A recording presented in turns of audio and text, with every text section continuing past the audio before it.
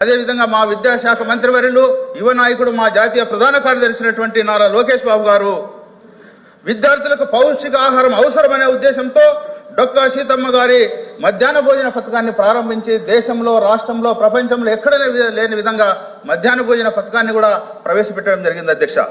అదేవిధంగా సర్వేపల్లి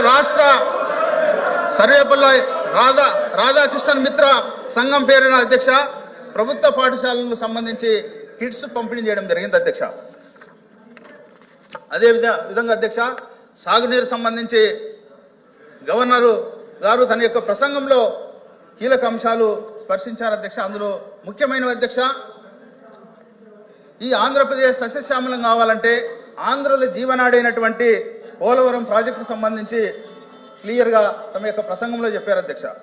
2014-19 నాటికి ఆనాటి టీడీపీ ప్రభుత్వం 11,537 కోట్లతో 72% పోలవరం ప్రాజెక్టు పూర్తి చేయడం జరిగింది అధ్యక్ష. కానీ 2019లో జగనన్న పాలనలో కేవలం పోలవరం ప్రాజెక్టు 4,611 కోట్లతో కేవలం 3.8% మాత్రమే పూర్తి చేశారు అధ్యక్ష.